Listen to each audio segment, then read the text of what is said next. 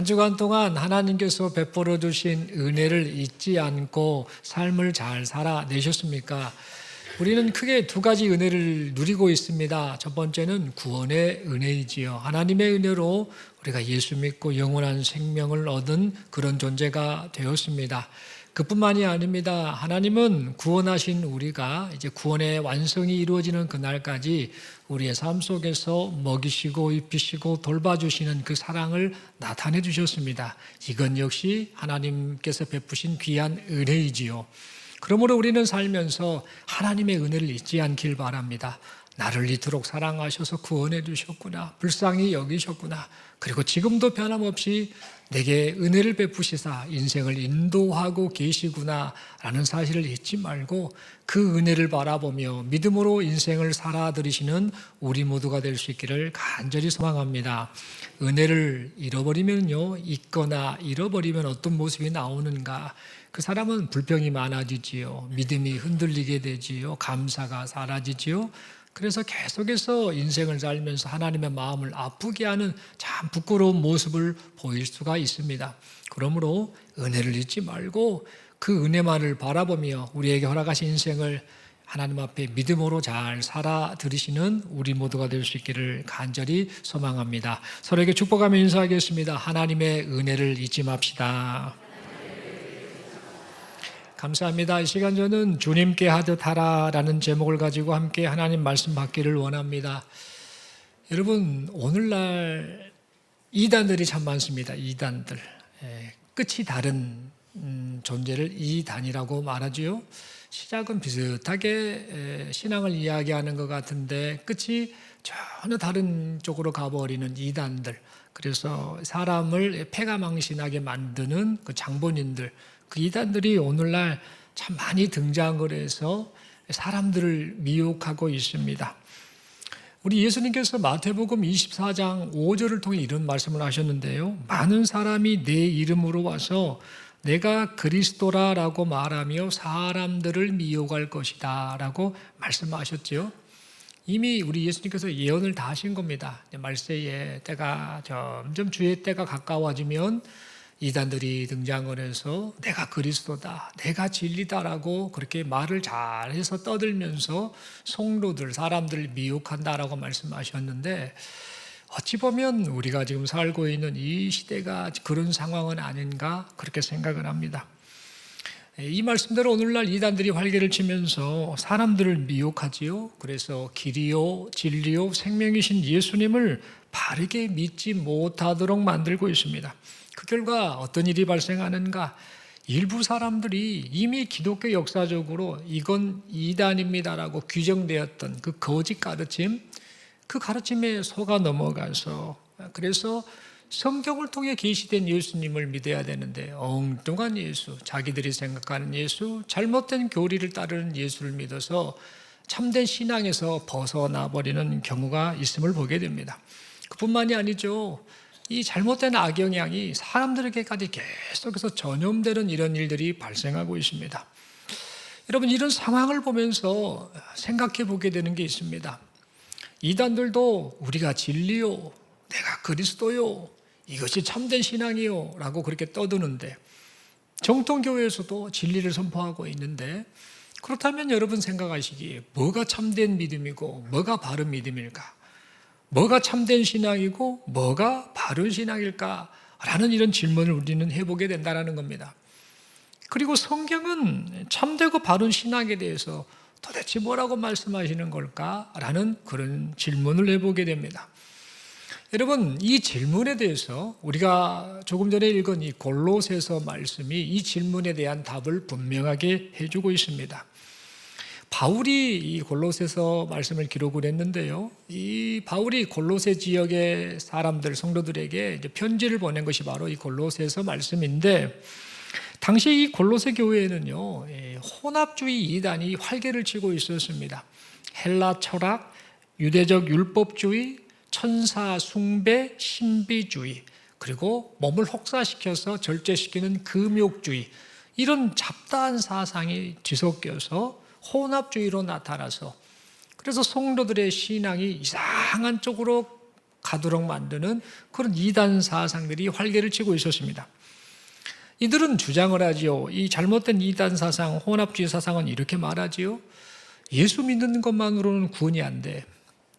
예수 믿는 것만으로는 구원이 온전하지 않아. 그래서 완전한 뭔가 방법을 찾아야 된다라고 그렇게 주장을 했습니다. 천사를 숭배하고 심오한 지식, 특별한 지식, 신비한 지식 이런 것들을 알아야 돼. 그리고 네 몸을 혹사시켜야 돼. 잠을 안 자야 되고 또 밥도 굶어야 되고 계속해서 훈련해야 되고 그래서 금욕주의를 추종을 해야 돼. 그래야 더 높은 영성에 이를 수 있다라고 그렇게 성도들을 미혹했습니다. 게다가 신앙에 대해서 이야기를 한다고 하면서 신앙 이야기를 하는 것 같은데 무슨 이야기를 하고 있는가? 당시 헬라 철학, 그리고 인간의 전통, 인간의 사상, 그리고 세상의 초등학문과 같은 이런 것들을 복음과 섞어서 그럴싸하게 포장해서 가르쳤습니다. 뿐만 아니라 음식 규례라든지 절기, 또 안식일, 금욕생활 이런 것들을 만약에 지키지 않으면 하나님께 인정을 못 받는다. 그것은 문제가 있는 거야 라고 하며 성도들의 마음에 불안감을 조장했습니다. 그 결과 그 영향을 받은 이 성도들 중에 어떤 사람들이 발생했느냐면 예수 믿으면 구원받지 않습니까? 예수만 의지하고 예수만 바라보고 유일한 우리의 구원자이신 예수를 의지하며 살아야 되는데 당시에 이 골로새 교회 성도들 중에 이 거짓 가르침에 영향을 받은 자들이 오직 예수만 믿고 의지하며 주의 뜻대로 살아야겠다라는 그 믿음을 가졌던 그들이 그만 믿음이 흔들리고 말았습니다. 게다가 성도가 성도답게 사는 것은 말씀을 붙잡고 말씀 따라 사는 것이 성도다운 모습인데 이 혼합주의 잘못된 이단 사상에 영향을 받은 성도들 중에 어떤 이들이 발생했는가?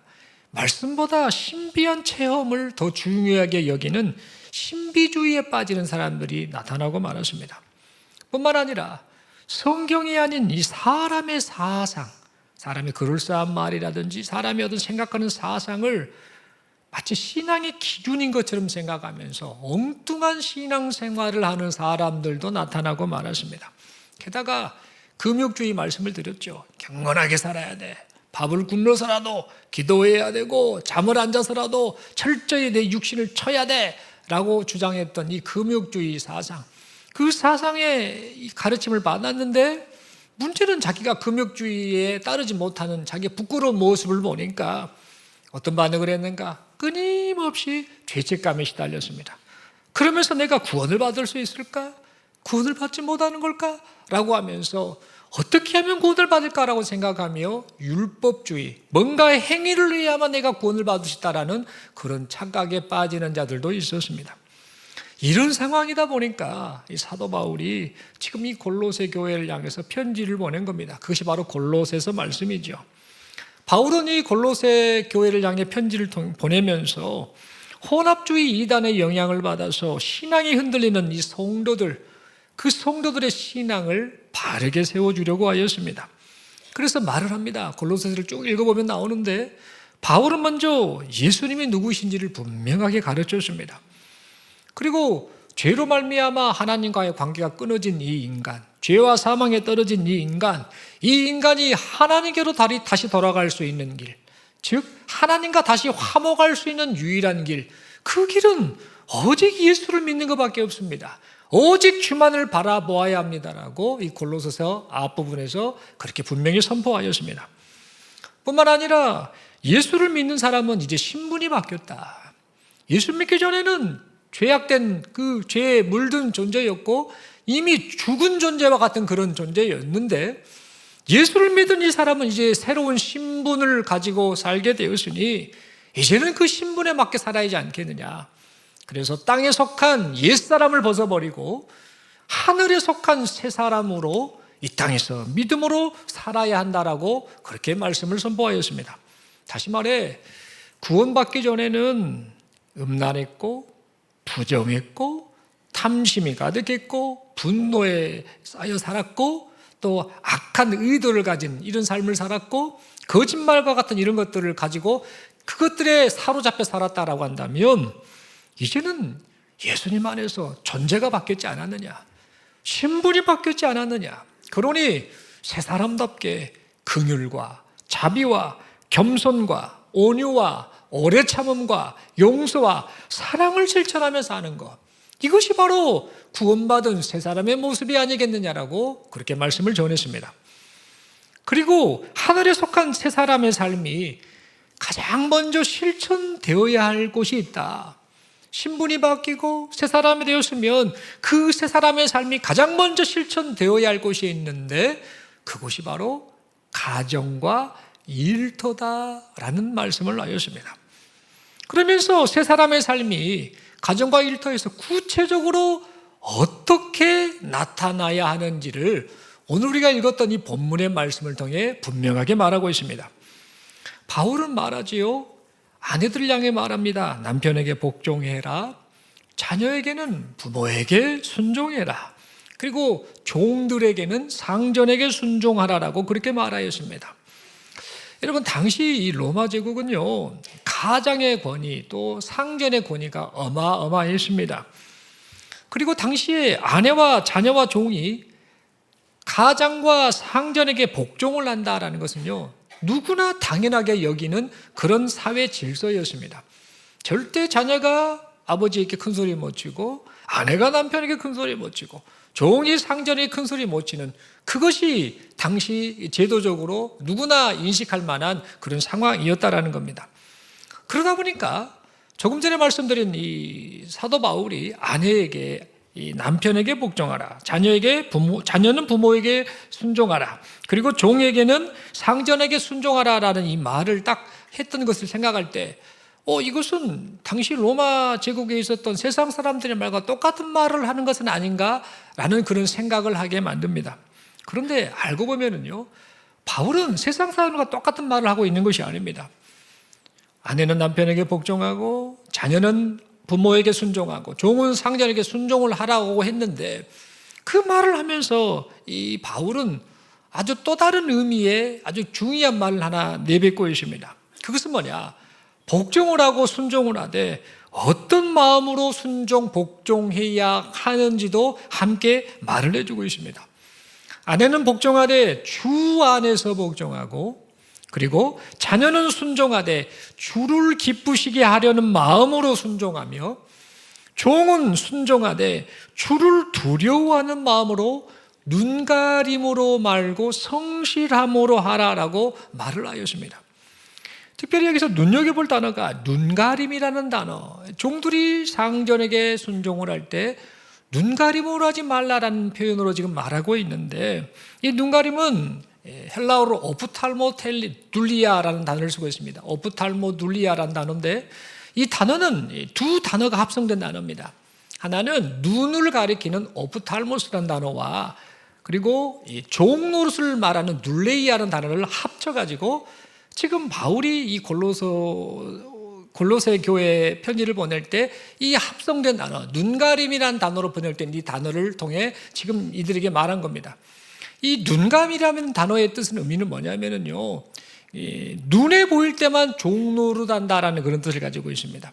그러니까 종들이 순종하되, 주인에게 순종을 하되 주를 두려워하는 마음으로 눈가림으로 말고 성실하게 행하라라는 이 말은 결국은 주님이 보고 계신다, 주님께 대하는 그런 마음으로 행하라는 그런 말이었던 겁니다. 결론적으로 아내, 그리고 자녀, 종은 당시에 로마 제국에서 상전에게나 부모에게나 남편에게 마땅히 순종하는 것은 마땅하지만, 그러나 너희들은 무엇을 생각하며 해야 되는가? 바로 주님을 생각하면서 순종과 복종을 해야 된다라는 그런 의미로 이 말을 했던 겁니다. 그런데 여기서 이 바울은 이 말에 그치지 않습니다. 바울은 남편에게는 아내를 사랑하라고 말을 하고 있고, 아비에게는 자녀를 노엽게 하지 말라고 말하고 있으며, 상전에게는 종들에게 의와 공평을 베풀어야 한다라고 함께 말하고 있습니다. 그러나 여러분, 이 당시 구조사회에서는요, 남편이나 부모나 상전은요, 이렇게 행동할 필요가 없었습니다. 말씀을 드렸죠? 남편, 상전, 그리고 부모는요, 사회적 분위기상에서 권위를 가진 자들입니다. 그래서 남편은 아내에게 굳이 맞출 필요도 없었고, 부모가 자녀에게 굳이 맡을 필요도 없었고 상전이 종에게 맡을 필요도 없었습니다. 그만큼 이 남편이나 부모나 상전의 그 권위가 대단했기 때문입니다. 그런데 바울은 지금 남편 아비 상전에게 이렇게 행동하라고 하였지요. 그래서 이 말은 당시 사람들의 상식으로 생각했을 때 이런 충격적인 말을 할 수 있는가라고 느껴질 만한 그런 말이었습니다. 그렇다면 여러분, 바울은 왜 이렇게 말을 했을까요? 왜 남편이, 그리고 부모가, 또 그리고 상전이 종에게, 또 아내에게, 자녀에게 이렇게 하라고 말을 했던 것일까요? 여러분, 그 이유는 새 사람이 된 성도가 삶의 현장에서 마땅히 그렇게 사는 것, 그것이 바로 주님의 뜻이었기 때문입니다. 그리고 그렇게 사는 것이 바르고 참된 신앙의 모습이었기 때문입니다. 그래서 바울은 이러한 이유 때문에 성도는 자신이 어떠한 위치에 있든지 간에 골로새서 3장 23절의 말씀처럼 무슨 일을 하든지 마음을 다하며 주께 하듯 하고 사람에게 하듯 하지 말아야 한다라고 그렇게 말을 했습니다. 내가 자녀이면 부모에게 이렇게 하고, 아내이면 남편에게 이렇게 하고, 종이면 상전에게 이렇게 하고, 또 부모 입장에서는 자녀에게 이렇게 하고, 남편 입장에서는 아내에게 이렇게 대하고, 상전 입장에서는 종에게 이렇게 대해야 된다. 즉, 내가 어떤 위치에 있든 간에 무엇을 하든지 마음을 다해서 주님을 대하듯이 서로에게 대해야 된다라고 그렇게 말을 했던 겁니다. 사랑하는 성도 여러분, 이러한 내용을 살펴보면서요, 우리는 분명하게 알게 된 사실이 있습니다. 그것은 뭐냐면 바르고 참된 신앙을 따라 사는 그것을 확인할 수 있는 방법은 뭐냐면 삶의 현장에서 우리가 어떤 모습으로 살고 있는지를 통해서 내가 바른 신앙, 참된 신앙을 따라 사는 존재인지 아닌지를 우리는 확인받을 수 있다는 겁니다. 가정에서 가족을 대할 때, 일터에서 사람을 대할 때, 교회에서 지체를 대할 때 주님을 생각하고 주님께 하듯 사람을 대하는지 그렇지 않은지가 바로 바르고 참된 신앙을 따라 사는지 그렇지 않은지를 판가름 짓는다라는 겁니다. 여러분, 이러한 사실을 생각할 때에 바르고 참된 신앙은요, 심오하고 뭔 특별한 그런 것들을 깨닫거나 행하는 것이 아님을 우리는 알 수 있습니다. 그저 삶 속에서 주님께 하듯 성실히 행하고 무슨 일을 하든 간에 이 일을 내가 주님 앞에서 하고 있지, 주님이 내게 맡기셨지라는 사실을 생각하며 그 일을 그냥 성실히 행하는 것, 그리고 만나는 사람을 주님께 하듯이 사랑하며 섬기는 것, 그것이 바로 구원받은 사람의 모습이자 바르고 참된 신앙을 따라 사는 사람의 모습임을 우리는 알게 된다는 겁니다. 그런데 여러분, 당시 이 바울이 편지를 보냈던 이 골로새 지역의 이 교회에 등장했던, 사람들을 미혹했던 이 골로새 이단은요, 이 바울의 가르침과는 정반대의 말을 했습니다. 그들은 참된 신앙이 삶의 자리에 있지 않아 라고 그렇게 말했습니다. 삶과는 상관없다라는 겁니다. 신앙과 삶을 따로 놀게 만들었다라는 겁니다. 그들은 엉뚱한 곳을 바라보게 합니다. 성도들이 엉뚱한 곳을 바라보게 하지요. 그래서 천사를 숭배하게 하고 특별한 지식을 얻어야 한다라고 그렇게 주장을 했고, 몸을 학대하는 금욕적인 행동을 해야 된다라고 가르쳤습니다. 또한 신비한 체험을 해야 더 높은 영성에 이른다고 했습니다. 그들은 성도들의 눈을 삶의 현장에서 떼어놓고 말았습니다. 그리고 손에 잡히는 엉뚱한 것들, 손에 잡히지 않는 엉뚱한 것들을, 그것들을 바라보며 그것을 좇도록 만들었습니다. 그 결과 어떤 일이 발생했는가? 그 영향을 받은 성도들이요, 신앙생활을 한다고 하는데 주님과는 아무런 상관없는 자기 신앙에 빠져 살고 말았습니다. 다시 말해, 신앙생활을 한다고 하는데 신앙과 삶이 따로 놀고 말았던 것이지요. 여러분, 그러므로 우리는요, 이 시간에 이 골로새 교회에 나타났던 문제, 그리고 바울이 지금 말한 이 말씀들의 의미를 생각하면서 바르고 참된 신앙이 무엇인가에 대해서 생각을 하고, 오늘 주신 이 말씀을 통해서 바르고 참된 신앙에 대한 정의를 바르게 내릴 수 있는 우리 모두가 되시길 바랍니다. 주님이 베풀어 주신 구원의 은혜를 감사하면서 삶 속에서 주님께 하듯 성실히 행하며 살고 사랑하는 주님을 대하는 심정으로 함께하는 가족, 함께하는 친구, 함께하는 교회 지체, 함께하는 직장 동료를 대하며 사는 것, 그것이 바로 바르고 참된 신앙의 모습이다라는 사실을 잊지 않기를 바랍니다. 여러분, 이러한 삶을 실제로 보여준 사람이 하나 있습니다. 많고 많은 사람들이 삶 속에서 정말 주님께 하듯이 성실히 살고 또 주님께 하듯이 사람을 사랑으로 대했던 그런 사람들이 참 많은데, 그 많고 많은 사람들 중에 이 한 사람을 소개하고자 합니다. 여러분들 한 번쯤은 영상을 통해서도 봤을 수도 있고 또 설교 중에서도 이 사람에 관한 이야기를 들었던 기억이 있을 겁니다. 바로 에릭 리델이라는 사람입니다. 이 사람은 스코틀랜드 사람입니다. 1902년에 태어나서 1945년에 인생의 생을 마감했습니다. 43년의 인생을 살았습니다. 그는 스코틀랜드 사람으로서요, 달리기 선수였습니다. 육상 선수였습니다. 그리고 그의 직업은 또 하나 있었죠. 그는 선교사로 인생을 살았습니다. 그에 관한 이야기가 영화 불의 전차라는 영화를 통해서 그에 관한 이야기가 영화로 방영이 됐었죠.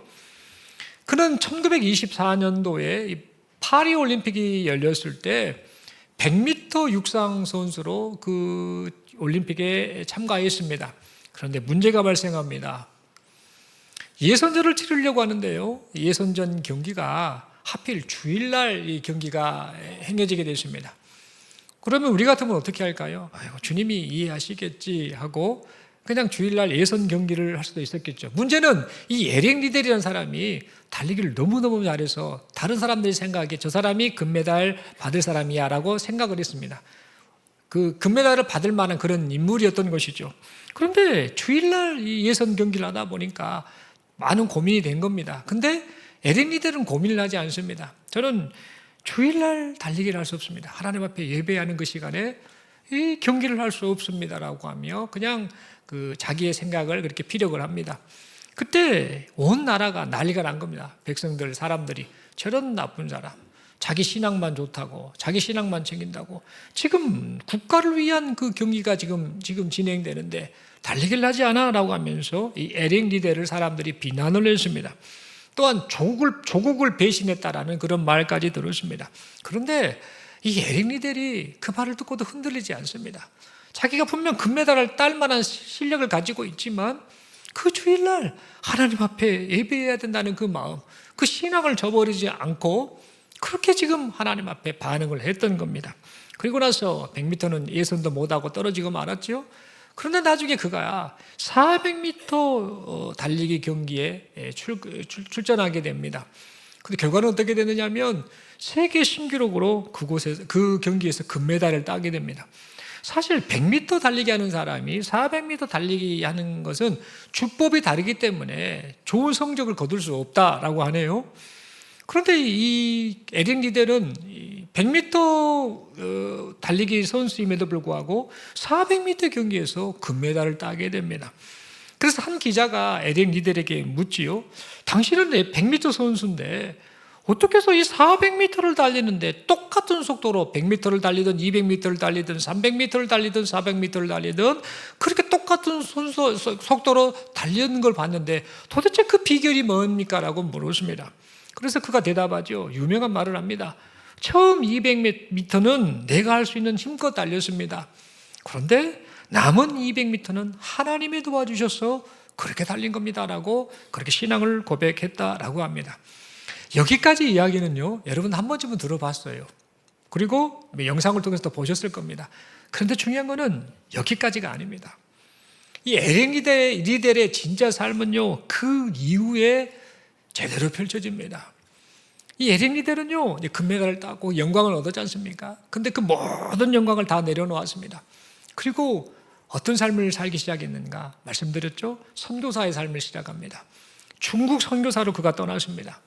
중국에 가서 텐진에서 이런저런 것들을 많이 가르치는 그 일을 했고, 산둥지방에 가서는 복음을 전하면서 선교사로서의 사역을 감당했습니다. 그러다가 2차 세계대전이 일어나고 맙니다. 그래서 이 에릭 리델이 잡혀버립니다. 붙잡혀서 지금 중국에 있는 웨이셴 수용소, 일본군에 의해 붙잡혀서 웨이셴 수용소에서 수용소에서 포로로 잡히게 되었습니다. 이 수용소에 한 1,800명 정도 되는 사람들이 포로로 잡혀가지고 거기서 어마어마한 고생을 했다고 합니다. 먹을 것도 없고 또 춥기도 하고 덥기도 하고 또 옷도 없고 이런저런 상황에서 마치 그 생활 자체, 포로 생활 자체가 지옥과도 같은 그런 상황이었다고 합니다. 그 지옥 같은 상황이면 사람들은 어떻게 반응할까요? 우선 내가 먼저 살고 봐야지. 먹을 것 있으면 내 것부터 챙겨야지. 입을 옷 있으면 내 것부터 챙겨야지.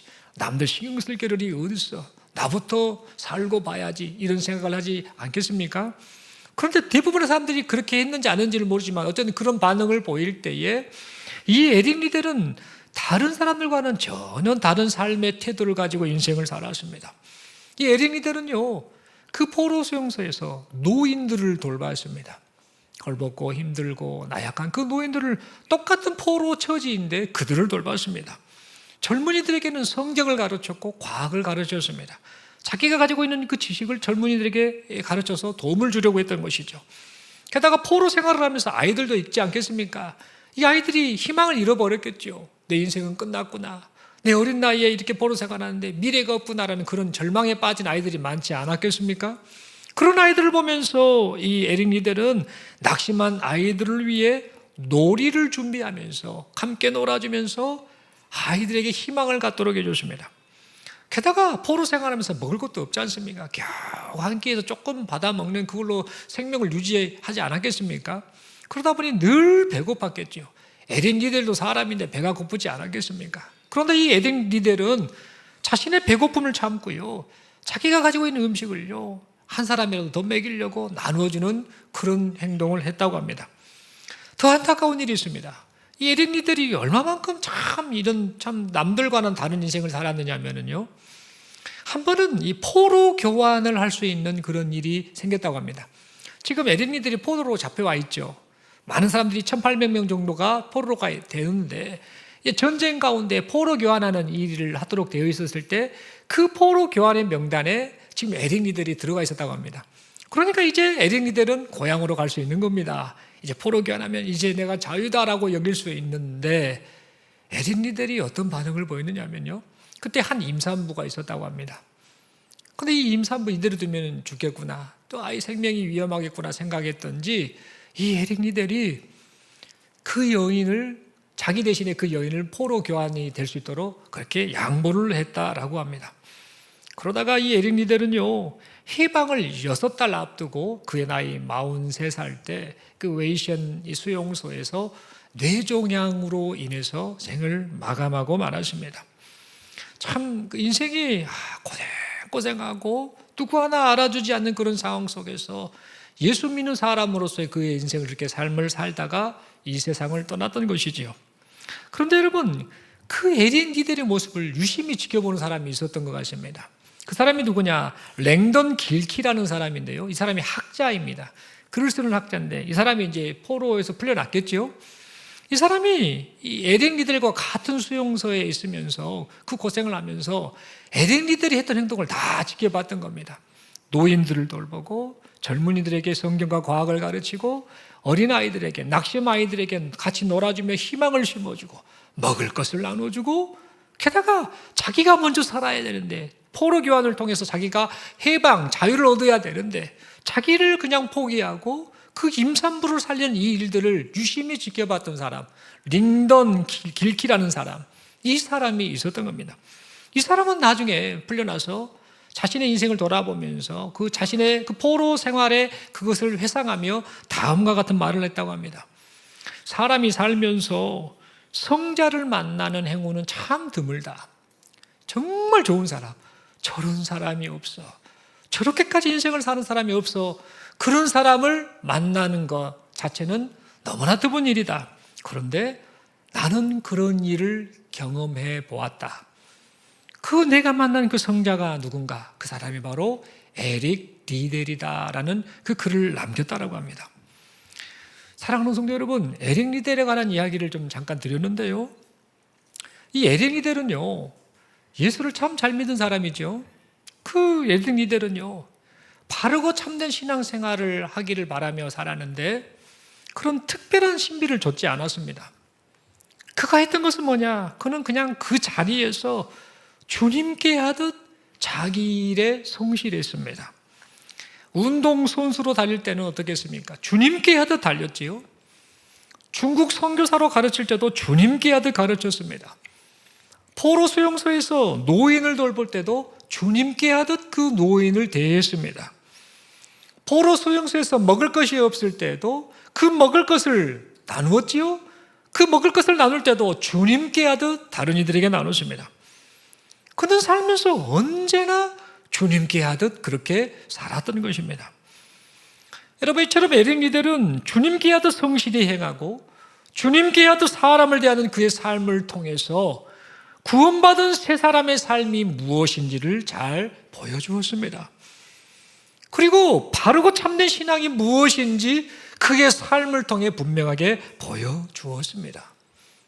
사랑하는 성도 여러분, 이 사람 한 사람의 인생을 보면서, 그리고 오늘 골로새서 말씀에 오늘 본문을 보면서 우리는 분명한 사실을 깨닫게 됩니다.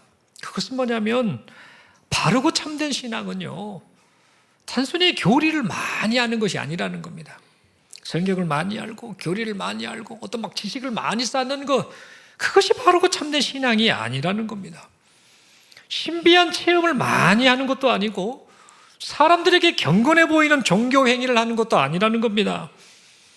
바르고 참된 신앙은 예수님이 나의 구원자이시지라는 사실을 믿고 그 믿음이 삶으로 나타나는 것, 삶으로 실천되는 것, 그것이 바로 바르고 참된 신앙이다라는 사실입니다. 삶의 현장에서 주님께 하듯이 자기에게 주어진 일을 성실히 하고, 삶의 현장인 가정에서, 직장에서, 학교에서, 교회에서, 그 삶의 현장에서 만나는 사람을 주님께 하듯 그들을 대하는 것, 그것이 바로 바르고 참된 신앙의 모습이다라는 겁니다. 여러분, 그러므로 삶의 현장에서요, 주님께 하듯 자기에게 주어진 일을 성실히 하며 살아가시는 우리 모두가 될 수 있길 바랍니다. 여러분, 존 칼빈은요, 이런 말을 했습니다. 모든 직업은 하나님께서 맡기신 소명이다. 목사만 거룩한 일을 하는 게 아니고, 목사만 소명이 있는 것이 아니고, 모든 직업이 다 하나님께서 맡기신 소명을 가진 직업이다라는 사실을 말하고 있는 겁니다. 마틴 루터는 또 이런 말을 합니다. 구두를 만드는 구두공 있지 않습니까? 구두를 만드는 구두공. 이 구두공이 있는데, 좋은 구두공은 구두에다가 십자가를 그리는 사람이 좋은 구두공이 아니다. 좋은 구두공은 좋은 구두를 만드는 사람이 바로 좋은 구두공이다라는 말을 했습니다. 신학자 마틴 루터가 이 말을 한 겁니다. 그 말은 뭔 말입니까? 우리는 그리스도인으로서 내 직업을 가지고 사는데, 특별히 구두를 수술하는 사람이라고 한다면, 그래, 나는 하나님을 경외하는 사람이야, 내 신앙을 드러낼 거야 라고 하며 구두에다가 십자가를 그리고 뭐 막 그림을 그리면 그것이 마치 내가 바르고 참된 신앙을 가진 참된 신앙인이야라고 표현하는 것이라고 생각할 수 있는데, 그렇지 않다라는 겁니다. 그리스도인으로 사는 것, 바르고 참된 신앙을 따라 사는 것은 뭔가? 자기에게 주어진 삶의 현장에서 주님께 하듯 성실히 행하는 것, 즉 좋은 구두공은 좋은 구두를 만드는 것이 바로 그것이 바로 바르고 참된 신앙을 따라 사는 모습이다라는 겁니다. 여러분, 그러므로 삶의 현장에서요, 주님께 하듯이 성실히 살아가시는 우리 모두가 될 수 있길 바랍니다. 주님이 보고 계시지, 주님 앞에서 하고 있지 라는 사실을 잊지 말고 삶의 현장에서 주님과 동행하며 그렇게 살아가는 모습, 그 모습이 있는 우리 모두가 될 수 있기를 간절히 소망합니다. 또한 가정에서 배우자를 대할 때에, 그리고 자녀를 대할 때에, 부모를 대할 때에, 또한 직장과 사회에서 사람을 섬길 때, 교회에서 지체들을 대할 때에 주님께 하듯 이 사람들을 대하는 우리 모두가 될 수 있길 바랍니다. 여러분, 이런 말이 있습니다. 신앙은 주일보다 월요일에 증명된다라는 말이 있습니다. 무슨 말씀인지 이해되시죠? 신앙은 주일보다 월요일에 더 증명된답니다. 그게 뭔 말일까요? 교회 안에서 모여서 있을 때는 다 신앙이 좋은 것 같습니다. 바르고 참된 신앙으로 사는 것 같죠? 그런데 예배를 마치고 주일을 보내고 월요일부터 삶의 현장에서 인생을 살지요. 그 삶의 모습을 통해 내가 바르고 참된 신앙의 사람인지 아닌지가 분명히 드러난다는 겁니다. 삶의 현장에서 말하는 것, 생각하는 것, 반응하는 것, 사람을 대하는 것, 얼마나 부지런하게 열심히 사는가, 이런 것들을 통해서 우리가 진짜 주님을 사랑하며 주의 말씀대로 사는 바른 신앙의 사람입니다라는 것이 드러나게 된다라는 겁니다. 여러분, 그러므로 주님께 하듯이 사람을 대할 때에 주님께 하듯이 사람을 대하면서 우리 자신이 바르고 참된 신앙의 사람임을 증명하는 우리 모두가 될 수 있기를 간절히 소망합니다. 그리할 때 어떤 일이 발생할까요? 우리의 평범한 하루의 삶이, 그냥 일상과 똑같은 평범한 하루의 삶이 예배가 될 것입니다. 삶이 예배가 된다는 겁니다. 우리의 가정이 하나님이 임하시는 성전이 될 것입니다. 그리고 우리의 일터가 주님을 섬기는 자리가 될 것입니다. 그리고 그 모습을 보시면 우리 주님이 뭐라고 말씀하실까요? 참 네 믿음이 좋다. 네가 참으로 바르고 참된 신앙으로 살고 있구나라고 우리를 보시며 흡족해 하시고 칭찬하실 것입니다. 여러분, 그러므로 오늘 우리에게 주신 이 말씀을 마음에 새기면서 우리에게 허락된 이 인생 시간 속에서요, 주님 앞에 신실히 행하며 살기를 바랍니다. 그리고 만나는 사람들을 주님께 하듯이 그들을 사랑하고 그들을 대하시는 우리 모두가 될 수 있길 바랍니다. 그리하여서 우리 주님께 칭찬받고 또 칭찬받는 그런 참된 믿음의 사람, 복된 인생을 살아가시는 우리 모두가 될 수 있기를 간절히 소망합니다. 서로에게 축복하며 이렇게 인사하겠습니다. 마음을 담아서 옆에 분 살짝 보시면서 이렇게 인사하겠습니다. 저는 당신이 참된 신앙으로 사셨으면 좋겠어요. 그러면 다시 한번 축복하며 인사하겠습니다. 모든 일을 주님께 하듯 합시다. 한 번 더 인사하겠습니다. 손을 내밀고 인사하겠습니다. 주님께 하듯 사람을 대합시다. 아멘이십니까? 여러분, 평생 소원이 있다고 한다면 여러분 뭔가요? 아따, 안 아팠으면 좋겠다. 돈 많았으면 좋겠다. 자식들 잘 됐으면 좋겠다. 내 인생이 형통했으면 좋겠다. 이런 소원을 가지고 또 살 수도 있습니다만, 성도의 평생 소원은, 가장 간절한 소원은 예수님 잘 믿는 거 아닐까요? 예수님 잘 믿는 거, 허락하신 인생 예수님 바르게 잘 믿는 거, 다시 말해 바르고 참된 신앙으로 살아가는 거, 그래서 주님이 인정하시는 그런 믿음의 사람이 되는 것, 그것이 바로 우리의 평생의 가장 중요한 소원이다라고 말할 수 있지 않겠습니까? 여러분, 바랍니다. 예수님 잘 믿었으면 좋겠습니다. 바르고 참된 신앙으로 살았으면 좋겠습니다. 이를 위해서요, 이런저런 말들에 현혹되지 마십시오. 말씀을 듣고 그 말씀하시는 주님 앞에 그냥 삶의 현장에서 주님과 동행하며 사십시오. 주님이 보고 계시지라고 하며 성실하게 사십시오. 그리고 만나는 사람들이 다양한 사람들을 만나지요. 항상 내 마음에 드는 사람만 있는 것이 아닙니다. 내 기준에 맞는 사람만 있는 것도 아닙니다. 나를 아프게 하는 사람도 있습니다. 이런저런 사람들을 우리는 가정에서, 직장에서, 학교에서, 또 교회 안에서도 여기저기서 만나게 됩니다. 그러나 그들을 만날 때에 내가 사랑하는 주님, 그 주님께 내가 이렇게 대해야 한다라는 그 마음을 가지고 주님께 하듯이 함께 만나는 그들을 사랑으로 대하며 살아가시는 우리 모두가 되었으면 좋겠습니다. 그것이 바로 바르고 참된 신앙의 모습이다라는 것, 이것을 잊지 말고 오늘 이 주어진 이 한 날도, 한 주간도, 앞으로 일평생도 우리 하나님 보시기에 바르고 참된 신앙으로 인생을 살아가시는 여러분들 될 수 있기를 간절히 소망합니다. 기도드리겠습니다. 하나님 아버지, 말씀을 받았습니다. 오늘 말씀을 보면서 참된 신앙으로 살기를 소망하며 하나님 앞에 은혜를 구합니다.